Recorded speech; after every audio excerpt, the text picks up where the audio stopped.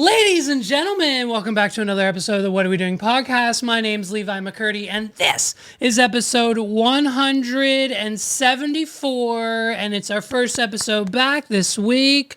We've officially transitioned the inauguration. The country of the United States has a brand new president, and it went off without a hitch. I mean, this week's been a wild roller coaster, and we're here to bring you the facts. We've compiled all of the highlights from the week that you need to know about, some good, some bad. We're getting crazy, okay? It's only been, 128 hours, and Donald Trump's already fulfilling promises, breaking promises, and upsetting just about, maybe 98% of the country. What are we doing? And so, listen, we kicked off the week, of course. The 14-hour TikTok ban, it came, it went. Most people slept through it. You know what I mean? Some of us were away at a little romantic, kind of log cabin getaway to detox from all of the TikTok toxicity out there, okay? If you saw the short clip from this weekend that we posted on all the channels, Megs and I, we got away for our TikTok ban weekend. And then, of course, it was all for nothing because the ban lasted just like that. All thanks to, according to them, President Donald Trump. How much money did he give them? You know what I mean? So, was it all a big publicity stunt? Were they actually going to ban? It's just a silly kind of situation, okay? And so we got it back with all good news heading into the inauguration. And listen, the only thing I'm going to say about the inauguration, I watched bits and pieces of it here or there. It was just it's by the books. There's nothing outlandish to be said or to be heard at these things. The only outlandish thing that really came from a formal inauguration and not the ball to follow. I'm not talking about the inaugural ball. We'll get to that in a minute. I'm talking about the official AM in the morning, let's get it started, official hand, not on the Bible this year, inauguration, okay? The only thing that we really have to discuss is, what are we doing with Fetterman? What are we doing? Can we discuss? Listen, I know we put him within the seat, within the senator position for Pennsylvania. It's fine. Was the basketball shorts and hoodie thing really cool and we all dug it, and that's half the reason he got in to begin with, because he doesn't conform to, the whole thing of dressing professionally in professional attire when professional things, much like the presidential inauguration, is happening. And so dude just essentially rolls out of bed. He's got the basketball shorts on, same ones he wore yesterday, and his finest, most freshest Gearhart sweatshirt. It was fun. It was a bit, right? It was a great bit. We loved it for the first, 4 or 5, however many years we've had to deal with this now. But it's time. Can we make this an executive order? Can this be the next executive order we sign, please, President Trump? If we could, please sign into executive orderness the requirement of formal attire for John Fetterman. What are we doing? Listen, I support it, okay? I support it. I understand it. The whole Adam Sandler, I'm going to make a statement with my basketball shorts, even though I'm a billionaire. I'm in this position of power, but I'm going to be me, which at my core is lazy and just comfy to the max. If anyone is comfortable with the presidential inauguration, it's John Fetterman. Okay, and so all I'm saying is it would be great if we could see him in a suit every once in a while. Just, every once in a while. It's just a smidge of an embarrassment. You know what I mean? It's just a little, at this point in time, we need the man, just put pants on. Keep the sweatshirt. Let's compromise. Let's come up with an idea. Let's work together on this. Let's let's let Fetterman, let's let him keep the hoodie. Fine. We all like a hoodie. It was cold. We get it. We had to move the whole thing inside after we just got done setting up 100,000 chairs for outside, and now the whole thing's inside. So everyone who went to DC to see it, aka all the loony bins wearing hats like this, didn't unfortunately get the experience they were hoping for, but it's fine.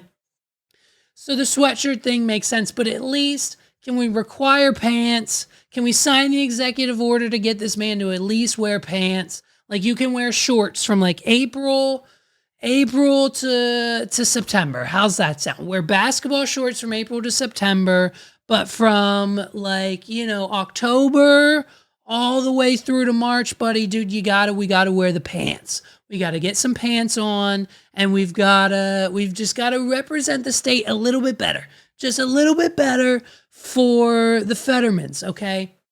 And so in Trump's first 72 hours, like I said, we've got all the executive orders signed that he could possibly ever want to sign on his first day. We saw him do a handful at the podium. So with all the executive order, I mean, just some of them like declaring the southern border a national emergency, fine. Designating cartel terrorist organizations, fine. Ending birthright citizenship has some people up in a tizzy, some of which to the point where I think it's already been like blocked or vetoed or whatever the judges can do to stop whatever the executive order. So like people are up in a tizzy about the birthright citizenship thing. MBT dubs, we've now once again withdrew from the Paris Agreement and the World Health Organization, basically because we were giving them 500 billion. We only have 300 million citizens. China was only giving them like 10 million, and they have like 1 billion citizens. So it wasn't really fair in Trump's eyes. So we're out of that. And the big Mac Daddy of them all, fulfilling the promise of the campaign trail, he has pardoned 1,500 Jan 6 rioters. What are we doing? Now, some people think that maybe pardoning every single one of said Jan 6 rioters might not have been the best decision. And some people, obviously the families and people surrounding all the other people, thought it was a great idea. So now all of the January 6 rioters have been signed and let go. And so the first question asked when we learned of this news was it necessarily, Zaddy Trumps, does it make sense? Does it 100% make sense to pardon all of them? Like, you know what I mean? Maybe we shouldn't pardon all of them.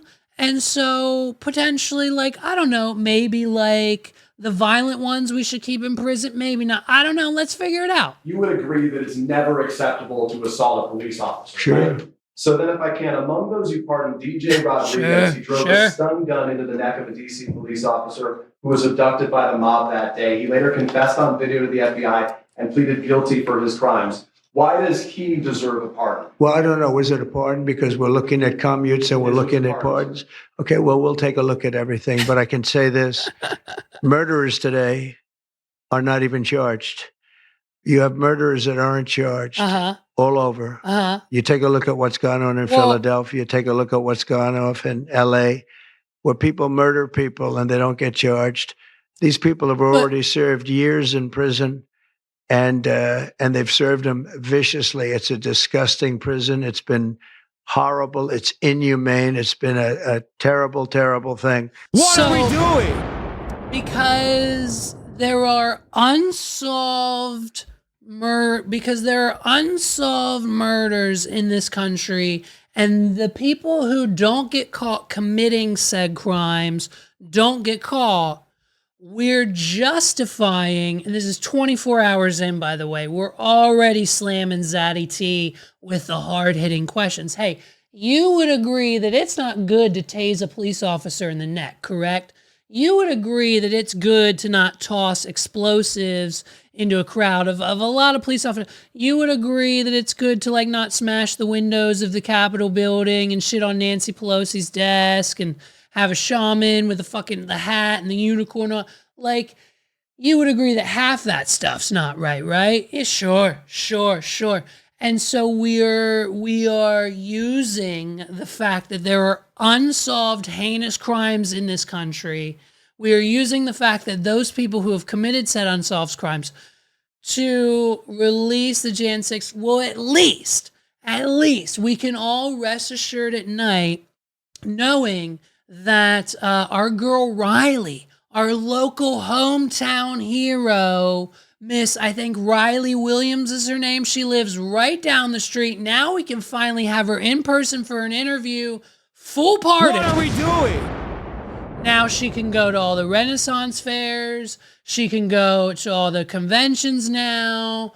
My girl, our local Jan 6 rioter here in our hometown, Shane Gillis, is going to be pumped. We should. I mean, let's get her. I'm going to reach out. I'm going to see if Riley wants to come on the pod and talk about her experience all the way up from, I think, like, we'll start at January 4th and then pretty much up until like right now. And it's going to be I'm sure it's going to be an incredible ride, from the judge letting her go to the Renaissance Fair all the way up to imprisonment to now being pardoned by the 47th president of the United States. I mean, for you guys, for good measures on this podcast, we're 100%. We got to give 2025 100% this year. What are we doing? And so all of the Jan 6 rioters have been pardoned. Among other things, other people. Oh, lil buddy, what's his name? Ross Williams, who is supposed to be spending life in prison for the creation of Silk Road, by the way. Millennials might know, but Gen Z, the new kids, Silk Road was like this dark web place where you could go before crypto existed and buy literal drugs, guns, things, and just have it shipped straight to your house. What are we doing? And so they found him, locked him up. Trump just pardoned him fully. So, like, things are going to get weird. Things are going to get weird this year and for the foreseeable future. So I need everyone to buckle up. And of course, last but not least, we've got Trump getting rid of every single DEI initiative at a federal level that dates all the way back to, like, I don't know, like the 1960s. What are we doing? Basically, the line item in the federal law that states that employers hiring future and prospective employees may not and shall not, and it will be fully illegal if in which we find out if you have ever discriminated against someone and did not hire them at your company due to their race, their sex, their age, their gender, their belief system. This has been a huge part of the United States and people getting hired left and right. Trump signs one line later and executive orders out the door, and all of that goes away. And every single DEI hire on the federal government has been put on notice. They are on official, temporary, potentially permanent leave. Trump is now firing every single person hired to run any fashion or department, or anyone who was hired under said law for DEI positions in the federal government. Diversity, equity, and inclusion has just been executively ordered out the fucking window. What are we doing? And so basically with this news, we've decided, and I mean, I can now legally say this, I've decided at all of my companies, for those of you who are late to the game, I'm an entrepreneur. I not only own this podcast studio we're recording in every week, we have several other businesses. And so if and when we are ever ever hiring again. And when we're done in the next few weeks firing pretty much our entire team, we're going to need to rehire nothing. And I mean absolutely no one. We are hiring no one other than big booty Asian women. What are we doing? So if you show up to the interview and you are any percentage less of Asian heritage and you don't got that voluptuous thing behind you, then we'll have a nice interview. I'll ask you some questions, why you think you're qualified for the job. Okay, great. We're going to reach out. We'll let you know in a few days if you did or didn't get the job.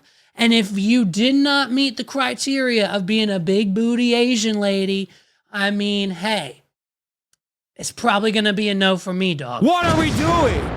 And so thank God, because listen, I've got these two idiots I've been dealing with.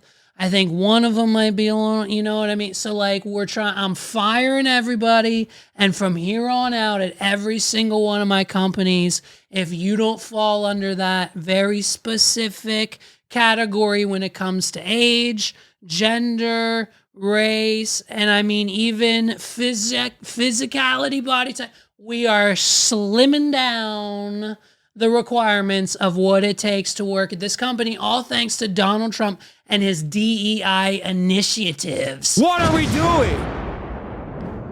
So that's fun, you know what I mean? If you're one of the millions and millions of people in this country who identify with the LGBTQA plus community, those of you who, you know, might be, you know, gay or even, you know, in its simplest form, from another conch, or in its simplest form, not white. What are we doing? So, shout out to all my minority friends. I'm checking in on them, and I'm asking them, you know what I mean? A, how are you taking this news? B, do you think it will affect your career and jobs moving forward? And C, do you know any big booty Asian women? What are we doing? So DEI's changed, and wow. So you know what I mean? The executive orders, they're coming left and right. And with a new regime also comes a new team, right? So everyone's been kind of anxious and thinking and seeing and predicting who's Trump going to bring along with him, right? So before we even won, we're already announcing some of these positions, but now that we're officially here and we're in office, the list of people that Donald Trump is choosing to put into places of power throughout the federal government is, dare I say, maybe, one of the best list of people that you could potentially put in these positions that we've ever seen. What are we doing? I'm not even joking here. I mean, I've got it all broken down here. When I tell you the people that Donald Trump has decided to put in these places of power, I mean, it must have taken 4 years. It must have taken the entire 4 years of Biden's presidency to figure out exactly who to pick and where to put them for what might have been, probably in a metaphorical sense, the best chess game ever played. I mean, listen to this. The new Surgeon General of the United States is Dr. Jeanette, okay? And Dr. Jeanette, if that name sounds familiar, her qualifications, okay, are two. There's two qualifications she has. One, she is theoretically a doctor. She was like a correspondent for, I think Fox News. She's as much as a doctor as Dr. Oz. Her one qualification has her own line of celebrity vitamins, and she just so happens to be the sister-in-law of the guy who Trump now hired and put in charge of national security. So the new national security advisor is none other than Mike Waltz, okay? And also, who else do we bring along? We need a new head of the Navy. You know who the new head of the Navy is? His name's John Flalen. John P. I don't know how to pronounce his last name because it's crazy, but his name's John P. John P., the new head of the Navy, thanks to Donald Trump, has no military experience at all or business experience for that matter. And his only contribution was a $12 million fundraiser during the election for Donald Trump at his private estate, complete with a mirrored floor in the living room. What are we doing? And when asked, he says, and I quote, "It's something my friend Diddy had in his house." Ow! So that's the new head of the Navy, okay? The new director of national intelligence was once placed on multiple countries' terrorist watch lists for her involvement within specific crime organizations and other governmental organizations. Little sketched out there. Matt Gaetz, a once a long time ago human sex trafficker Matt Gaetz was just named the new Attorney General, and it's allegedly, folks. Allegedly. What are we doing? He was accused, not convicted, of being a human sex trafficker. Accused, not convicted. Just like Trump. RFK Jr. is in charge of our health now. That's fine, but like he's been on record stating that he does heroin to deal with his leaky brain and like the worm that's in there. I don't know. I guess it's cool to have the guy in charge of our health do heroin. That's fun. I want to do heroin with RFK Jr. You know what I mean? And then, of course, the best draft pick of them all was Donald Trump choosing Billy Long as the new head of the IRS. And in case you're curious, okay, my buddy Sway, shout out to host Sway, yo. My buddy Sway is more qualified to be the head of the IRS than Billy fucking Long. What are we doing?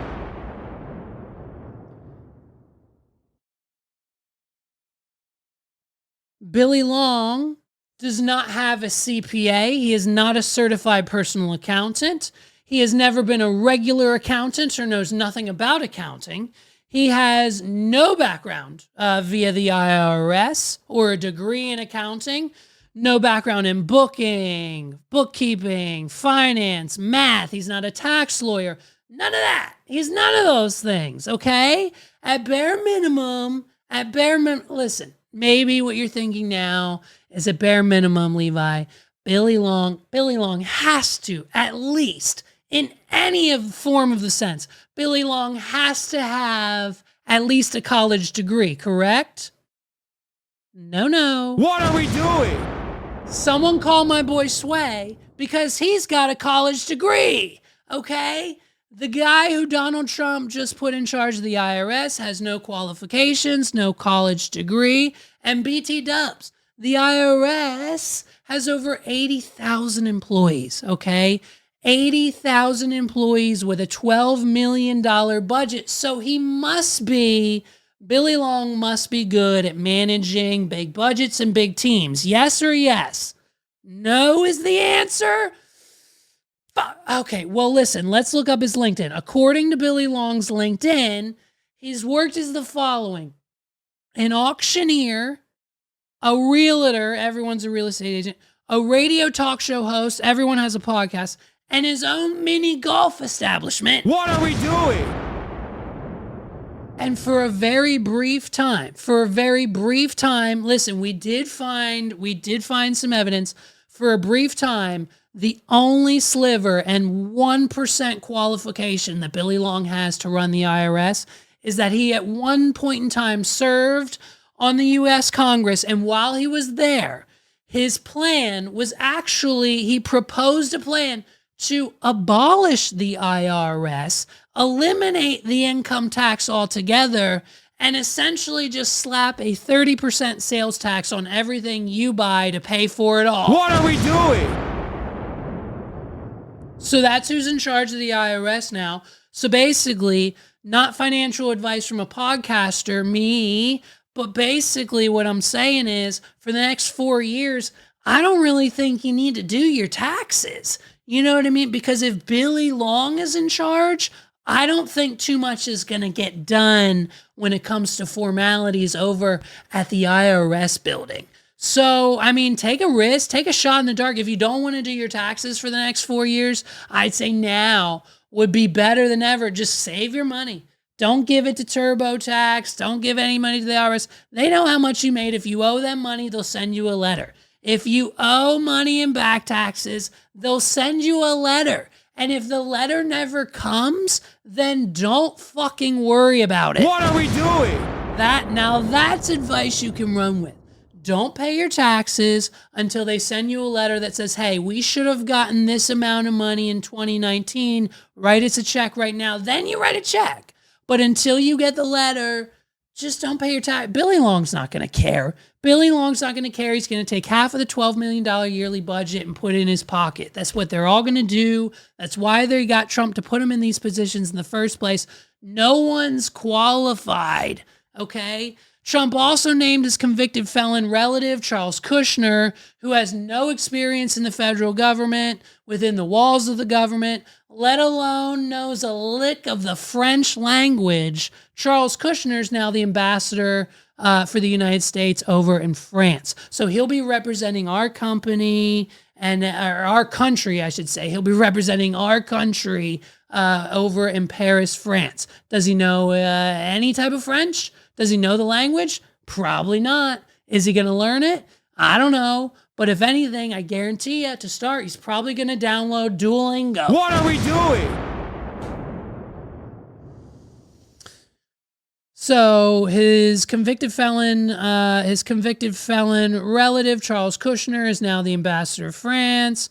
And of course, who can forget the the billionaire African man himself, Elon Musk, the head of Doge. Now, what qualifications Elon Musk has inside the United States federal government, it's continued, much like the pattern we've seen so far, like the rest of this list, zero, none, zilch. But he's given Trump enough of his billions of dollars to earn him a spot.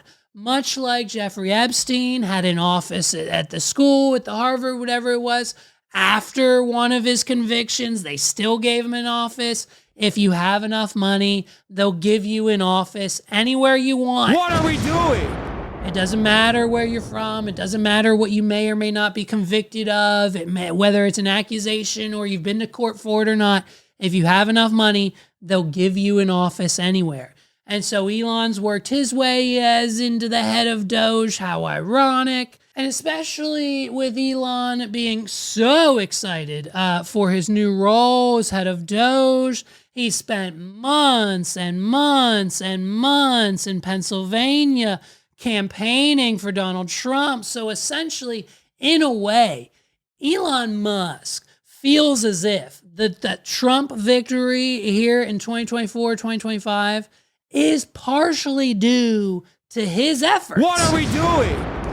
And so, with that being said, of course, he has to take to the podium and let everyone in the audience, everyone in America, and everyone who voted, who made it possible for Donald Trump to be president of the United States once again, that his heart goes out to them. You know what I mean?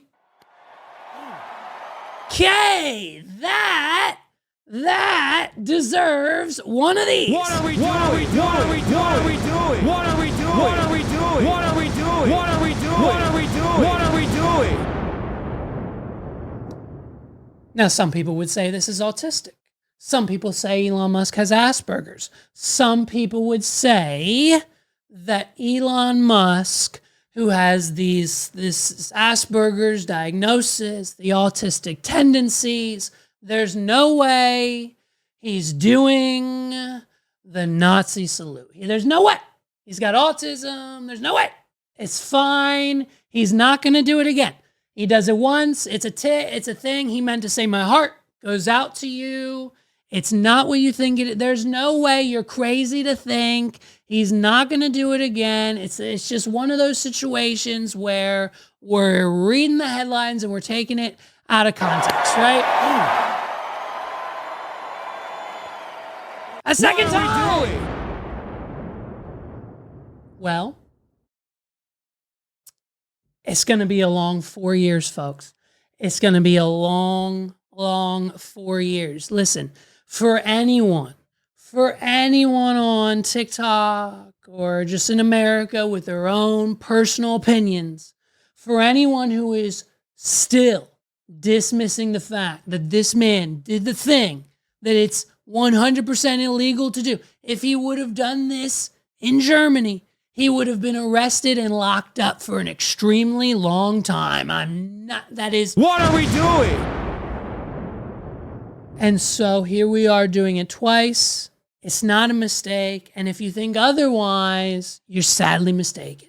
And so we have this man giving the symbol of the salute to what people have already been attempting to claim as a Donald Trump dictatorship. And so, you know what I mean? It's a situation where we kind of just got to, what are you? Ha, who, he, it's you saw him do it and then he did it twice.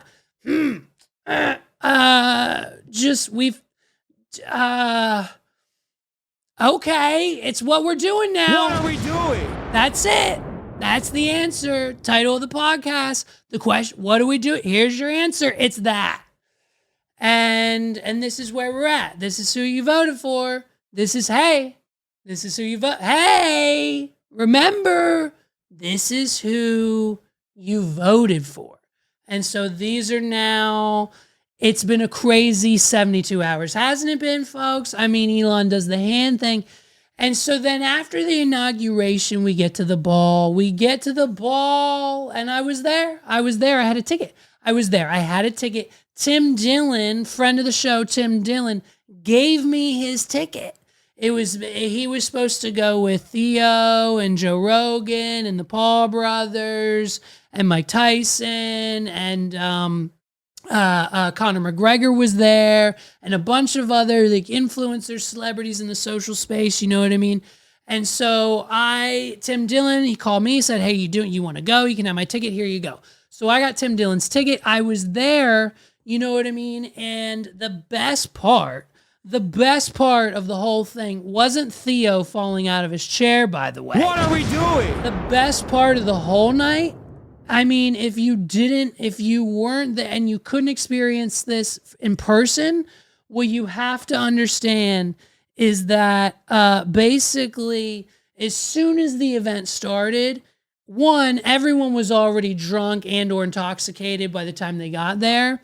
And especially during the event, it was just a free flow of an open bar, especially for the celebrities who just like to drink a little bit too much. So when the performances came around, I mean, it was nothing but pure entertainment gold with our good old boy, Billy Ray Cyrus. Listen to this. Technical difficulties through the entire thing. And so they're trying to get this man off the stage, and this is what he's doing. He is just going a cappella. My horse to the old town road. I'm gonna take my horse to the old town road. I'm gonna I can't no more. Y'all can put your hands together now like that. If you're encouraged about it, keep going. They told me to kill as much time as possible, so. Does anybody know the words to Achy Breaky Heart while I'm here? He doesn't. I'll try a little bit. Let's see what happens. Billy Ray Cyrus was hit with brutal technical issues during his performance at the Liberty Ball to celebrate Donald Trump's inauguration, and it was a total cringe fest. It all went down Monday night, and Billy was already on the struggle bus rocking a hoarse voice, no band, and attempting to sing an a cappella of Lil Nas X. Oh, and by the way, for those of you who don't remember because it was so long ago when the song came out, Old Town Road is Lil Nas X's song. What are we doing? Billy Ray's just the featured artist, so he's not even singing his own music. And the technical difficulties continued. I think Carrie Underwood had to do hers a cappella as well. But I mean, seeing Billy Ray Cyrus drunk on stage. Some people said he had too much coke. Some people said it was a sight to see. And so last but not least, something that we just found very hilarious, that of course we have to bring up, is before the inauguration, Trump launched a meme coin. What are we doing? The Donald Trump $ Trump coin is now for sale. I think it's on a downward spiral. Let's see where it's at as of today, Friday. Price of Donald Trump coin. It's worth $33. Yeah, and at its peak, it was. I mean, what did everyone sell out at? Everyone sold out at, I think, like 60 or 70, and it's been going down ever since. So on, I think it was like late last Friday, last weekend, Trump announces a coin. And by the way, he owns 80% of the, it's all locked up. So we're only buying the 20% that he's going to pump and dump on us. And shout out to Portnoy. Apparently Dave Portnoy got in at 500K. The morning after, by the way, which it was still very low, I think in like the $10, $11, $12 a share coin price. He put 500K in, exited it at 1.5 million for a total win of $1 million on the Trump meme coin flip. What are we doing? I mean, good for him. I didn't get in, but I'll tell you what I did get in at. I got in at the Bitcoin price of under 100 grand. So I'm back in, folks. I'm back in. I own I think 2%. I think I own 2 or 3% of a Bitcoin. Whatever that calculation is, I got in at like 99, maybe a little over 100 grand. So anything over 100 is good news for me. So the fact that, what are we at now? 106. We're on the up and up, babes. I didn't get in on the Trump coin, but I'm thinking about holding this Bitcoin for the next few years and seeing how far it can go. Analysts are putting it at about 130,000 a coin by the end of 2025. Fingers crossed that's the case. We go up 30%. We went up 30% from last year. In January of 2024, I'm pretty sure the coin was worth 34 to about 36 grand a coin. If we would have gotten in then, we would have, I don't know, tripled? I think tripled our money. What are we doing? So it's only probably going to go up from here. I say probably. It's not financial advice. Don't take it from me, but I'm all in on BTC now. Again, of course, once in my life. I just think with the whole Trump thing, love him or hate him, I think it's going to be good for crypto. So, of course, now that he's officially president again, someone had to ask him. Someone had to ask the question, what are we doing now that we're officially back in office? Are we going to keep at it with the shoes? Are we going to keep releasing Trump fish? Are we going to keep releasing like shirts and perfumes and digital trading cards? Like, are we going to keep doing the personal product thing? Because I don't think there's ever been a time in presidential history, maybe for like a book, maybe for like an autobiography, this is me kind of book. But I don't think other than that, no other president has ever had a digital trading card or a pair of sneakers for sale while being an active president. What are we doing? So naturally, the press and most of us at home want to know what the plan is. Now that he's officially president again, will he continue to grift his fans and loyal followers with these cheap Chinese? Because if you think about it, use your brain for 1 second. I know that most people with this hat on, and there's like a layer that goes over your brain and you can't think right. I'm here to help. Think for a second. If Trump puts tariffs on everything coming in from China, making it so that we have to pay like 30% more for these products, how's that going to hurt his bottom line when his shoes, perfume, t-shirts, and everything else Trump has been selling his audience for the last 2 to 3 years come straight from China? What are we doing? Now your $150 all gold Trump shoes are now going to cost $250, all thanks to the man's own tariffs on the other Does that make right? You know what I mean? What are we doing? So we had to know. We had to know what the answer to the question was. Do you intend to continue selling products that benefit yourself personally while you're president? Well, I don't know if it benefited. I don't know where it is. I don't know much about it other than I launched it. I heard it was very successful. I haven't checked it. Where is it today? You made a lot of money, sir. How much? Several $1 billion, it seems like, in the last several days. Several billion? That's peanuts for these guys. So you talked about the letter from President Biden. Can you give us some sense, broadly speaking? Yeah, he wrote. What are we doing? Ow! That's the Trump weave. We've got 4 more years of the Trump weave. You know what I mean? He hits you with a zinger. You want an answer to a serious question? Guess again. Then he hits you with the stinger of, that's chump change to these guys behind me, aka Elon Musk, Jeff Bezos, Mark Zuckerberg, and the CEO of Google. And by the way, if you think for a minute that seeing all these CEOs of these tech giants, these trillion-dollar tech companies, CEO of Apple, CEO of Facebook, CEO of Google, if you think for a second that Elon Musk, Mark Zuckerberg, and Tim Cook, and all of the tech CEO billionaires who are there sitting behind Donald Trump at the inauguration are all there whispering and all there talking about how much better life is going to get for the middle class and all of their customers and the people who consume and pay for their products, you're sadly mistaken, because the only reason the tech billionaires are there sitting behind the other tech billionaire, who is now the 47th president of the United States, is because they're going to make even more billions of dollars, all thanks to their new best friend, the 47th president of the United States. What are we doing?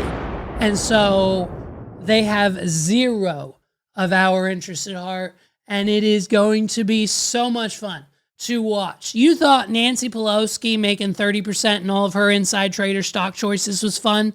Wait till you see how much more money Elon Musk, Tim Cook, Mark Zucks, and all the other big tech CEOs that are sitting behind Donald Trump, wait till you see how much more money they have now, from now to 2028. I guarantee you it's going to be an astonishing fucking number. What are we doing? So we've had this crazy weather on the East Coast and like down through the United States. We got inches here this last week. We still have snow in the ground from this last snowstorm. We got like 4 or 5 inches here. New Orleans, they're snowed in down in Louisiana. Thank God we're not at the Super Bowl yet, because they're having snowball fights out on the streets of New Orleans. They haven't had snow in like over a decade plus. There's snow in Texas. There's snow in Florida. Florida is covered in snow. New Orleans, this whole winter storm has got the East Coast and the southern parts of the country that normally don't get it a little devastated, okay? And this is where, listen to this, for those of you who have kids, tell me how things are going at the schools, because my son's school, listen to this. Listen to what they decided to do. So the winter storm was supposed to hit on like Monday, Tuesday, right? But Monday and Tuesday Monday was Martin Luther King Jr. Day. So naturally, federal holiday, schools are closed. The boys' school said, well, we're off on Monday. We also need an in-service day on Tuesday. So they're closed Monday, Tuesday, so the kids will be in school Wednesday, Thursday, and Friday. Well, we got a snowstorm. And so everyone was up in a tizzy. We're probably going to have to cancel school on Wednesday too, because of the snow and driving conditions. And if you live in Pennsylvania, when it snows at least an inch, you know it's physically impossible to drive down any road, highway, and or other system where your vehicle could potentially drive or fit. What are we doing? So we have to close the schools down immediately. And so what the school decided to do, listen to this. They gave them off. They said, hey, we have to give you off on Monday, and it's our decision to give you off on Tuesday. And since we're probably, because of snow, going to be off on Wednesday, they sent home a packet. They sent home assignments, and they were going to make the kindergarten class. We're not talking first, second, third, middle school, high school. The kindergarteners were supposed to have a virtual day on Wednesday where they were supposed to, instead of going outside and playing in the snow, because that's why school was canceled anyways, they're to sit inside and do this assignment with their parents' supervision. We're supposed to force our son on a snow day to do his homework in kindergarten. What are we doing? Hey, we're not doing that. We're not doing that. We're not doing that. It's off. It's a freak of nature. It's a snow day. He's going outside to play to get his energy out. If you think we're going to sit here and teach him his kindergarten assignment when you already voluntarily just had him out of school for a month straight between Thanksgiving and Christmas and New Year's, and then 2 more days for Martin Luther King Jr. Day, and then another snow, and you're going to tell me that I have to now homeschool my child on snow days? Hey, you out of your mind. What are we doing? So we didn't do it. It's fine. It was just a 2-hour delay on Wednesday anyway. So we avoided that whole awkward, we're not doing it conversation with the principal, of course. But these Texas, the Florida, these states that normally don't have these snow days are just, they're living it up. The kids are outside, they're having fun, and they're building snowmen. And some of the children's most creative, they're just so, the kids today, they're so creative. Look at what this one kid did here, I think out in Texas. Ready? Andrew is clearly a creative person. Andrew, Creative tell me little about kids. the snowman as Sergio Man, snowman. takes a look at it. So what I did here is I pretend like I was a murderer, and I used red food dye, stabbed it in the stomach with a sword, kind of went through it, and it's dead. Yeah, clearly. Yeah, and your mom says you have kind of a morbid sense of humor. But it's funny, right? Yeah, it's funny. And he's really into swords and stuff, like knights and things like that, or what? I'm really into knights and swords, cannons, stuff like that. And the snowman, unfortunately, is on the receiving end of one of your swords. Rest in peace, snowman. And, he's not going to be around long anyway because, the weather's going to improve over the next few days, but you just couldn't let him wait for nature to occur, huh? Wow. And Andrew's mom was telling me that he's a cancer survivor, and we applaud him. In 2021, he was still going through treatment, so at the time, couldn't go out and enjoy the weather as much, right? No, we only stayed out for about 20 minutes, and then he had to go inside. Now we got. Cold. I'm glad you're able to come out and enjoy the snow today. Okay. Even though your snowman I didn't know. First of all, What are we doing? I didn't see the whole the climate. Okay, first of all, check the kid's closet. There is 100% either a dead rodent, a squirrel, a bird, a cat that went missing in the neighborhood. I guarantee it. You're gonna find it in a shoebox on the top shelf of the kid's closet. The snowman wasn't this kid's first victim. What are we doing? Listen to how he handles this situation. Where's the part? He's like, yeah, but it's just a funny joke, right? Listen, say it again. But it's funny, right? Yeah, it's funny. Yeah. Your mom says you have kind of a morbid Well, it's funny, sense of right? humor. But it's funny, right? Yeah, it's funny. And he's really into swords and stuff, like knights and things like that. I'm really into knights and swords, cannons, stuff like that. Anything that'll kill somebody. Unfortunately. But then we draw. The cans. God damn it. So now we have to feel bad. Yeah, see, it was these. Hey, why this? This is a story. Shout out to the Houston area news, because this is true journalism. What are we doing? You were supposed to listen. We were literally going to send this kid to juvie. I had a whole bit plan. I was going to send him to juvie. We were going to get him therapy. I mean, if the mom doesn't have this kid in therapy already, he needs to go. He needs to be monitored closely. He needs to have an AirTag or a tracker chip on him at all times, because I'm telling you, the snowman is not his first and will not be his last victim. Okay. We've seen this play out before. And it's usually not good either for the parents or people around this kid. I don't know. And now, is the cancer thing, knowing that he's a kid as a cancer survivor, it kind of seems even more fucked up now, doesn't it? What are we doing? Like the kid's going to use that as an excuse. He's going to be like, go easy on me. I survived cancer. And like to get at, I don't know, man. I don't know. If you look into this kid's eyes, he looks like a monster. I think I'm still on that side of the fence. I think we need to keep a close eye on this child. Do not let him stray too far from the house unsupervised. We need to keep an eye on him down in the Houston area. So those are the snowstorms, crazy snowstorms going on in and around the country.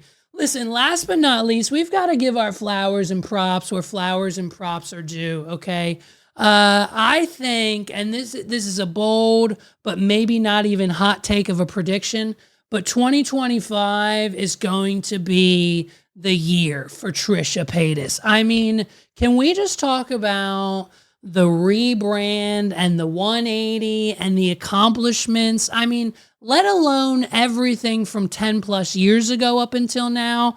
Just in the last 18 months, I'd venture to guess that no one saw this whole side and transformation of Trisha Paytas ever happening. What are we doing? I mean, the comeback, the success.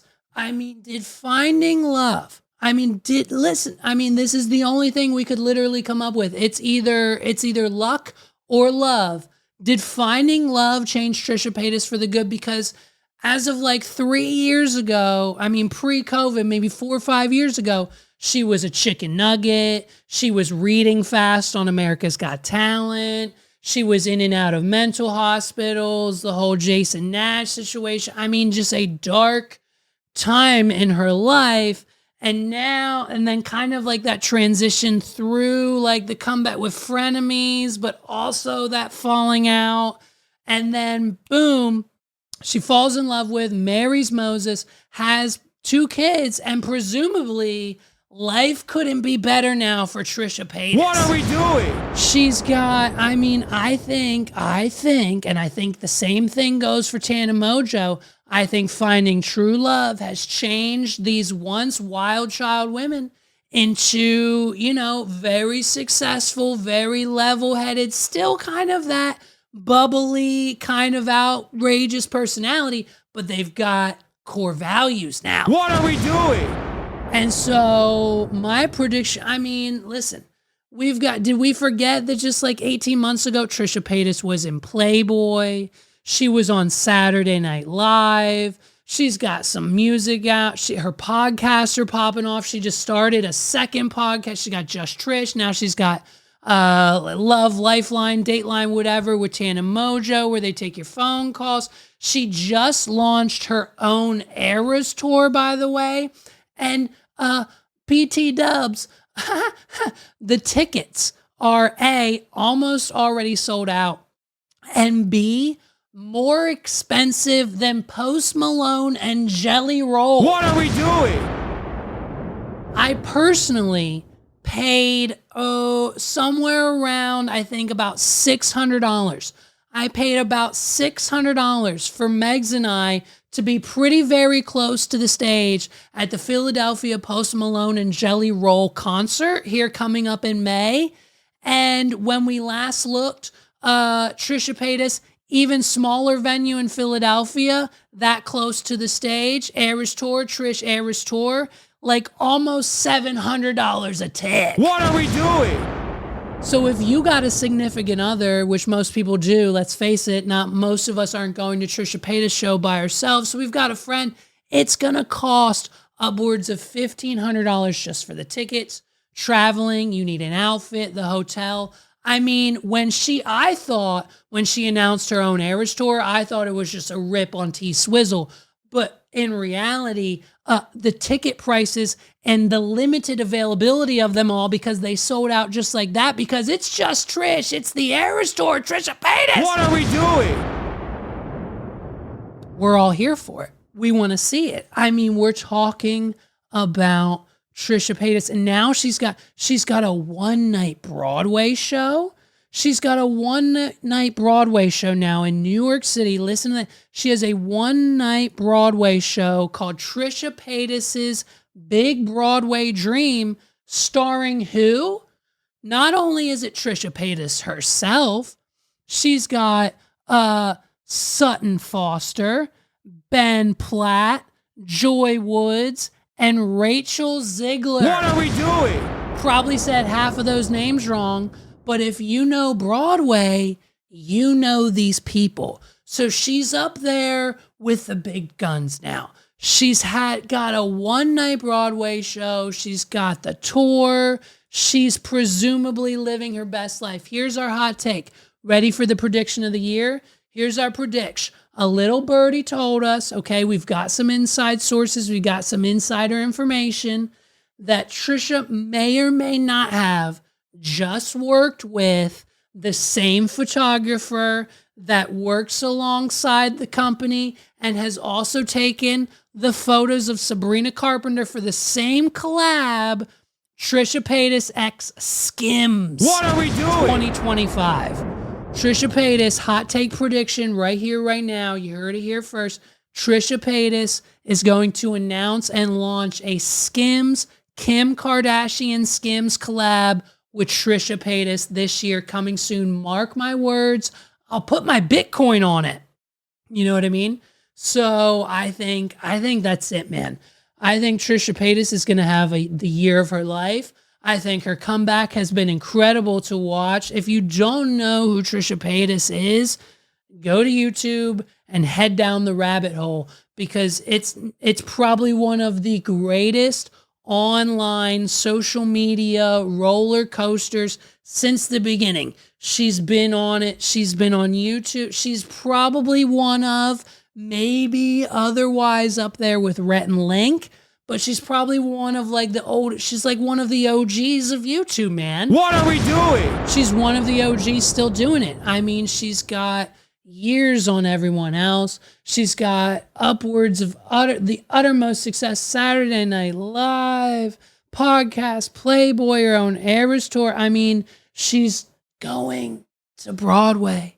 It's Trisha Paytas. So, I mean, flowers, shout outs. We love the new era of Trisha. We love the new era of her best friend Tana. I mean, it's just these girls have finally figured it out. They finally figured out what they need to do to just kind of be successful. And at the end of the day, it's quite simple. You just got to calm down a little bit. What are we doing? Listen, we had a whole bit plan. We had a whole bit plan and a whole list of things to say about Blake Lively and his new girlfriend or new boyfriend, Blake Lively, and her new boyfriend, Justin Baldoni. Okay, we had a whole bit plan there, but we've got some more research to do. Our buddy Paul just read the entire 90-page court deposition from both sides, and we've got all the details. We've just got to go through it and figure out who's telling the truth and who's not. I, personally, from what I've seen so far, I'm on Team Justin. He's on Team Blake. I don't know where it goes. I think Ryan Reynolds might be a snake in all this. I think it's hilarious that she called herself Khaleesi in the text message. Blake Lively calling herself Khaleesi in the text messages to Justin, saying like she's got dragons, referring to Ryan Reynolds and Taylor Swift as her two best friends and everyone backing her.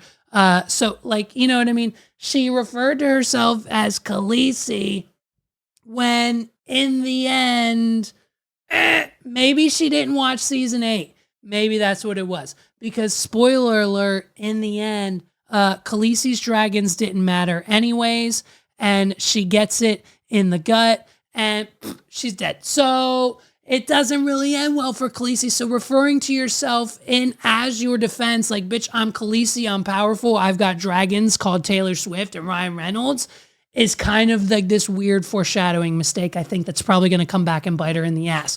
So we've got Justin Baldoni's lawyers making websites, putting up videos, text messages. I mean, it's gonna be an Amber Heard, Johnny Depp 2.0 situation. So once I get the download from Paul, once we fully understand the whole thing, I mean, listen, we'll come back and we'll regroup and we'll fully digest the entire Blake Lively versus Taylor Swift versus Justin Baldoni versus Ryan Reynolds. Listen, we've known Blake has been a bit, we know Blake Lively hasn't been the nicest person for a while. I mean, this isn't new. Like we know, like her and Justin didn't do press together because of all this.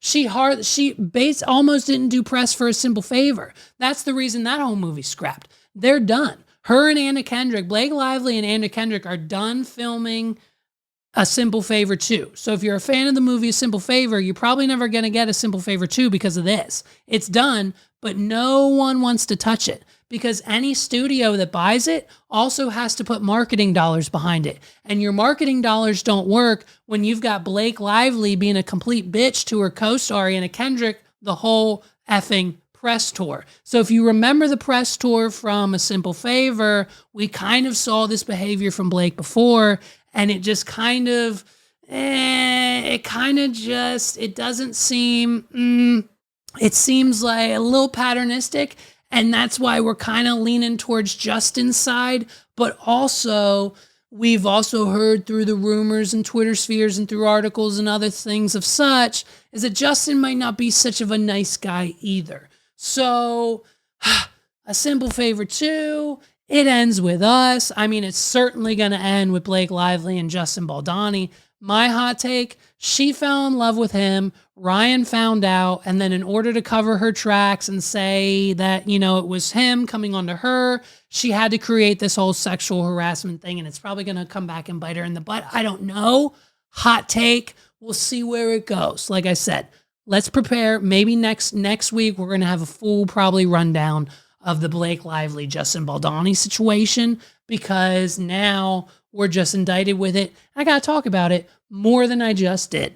Ladies and gentlemen, my name's Levi McCurdy. This has been another episode of the What Are We Doing podcast. I can't wait to rock 2025 with you guys. It's been a great year so far. Let me know in the comments below how things are looking out for you this year so far as we head into February. If you don't have a Valentine, I'll be it this year. Have a good week, everybody. We'll see you in about 7 days. Next Friday? Yeah, that sounds great. Peace out, everybody. What are we doing?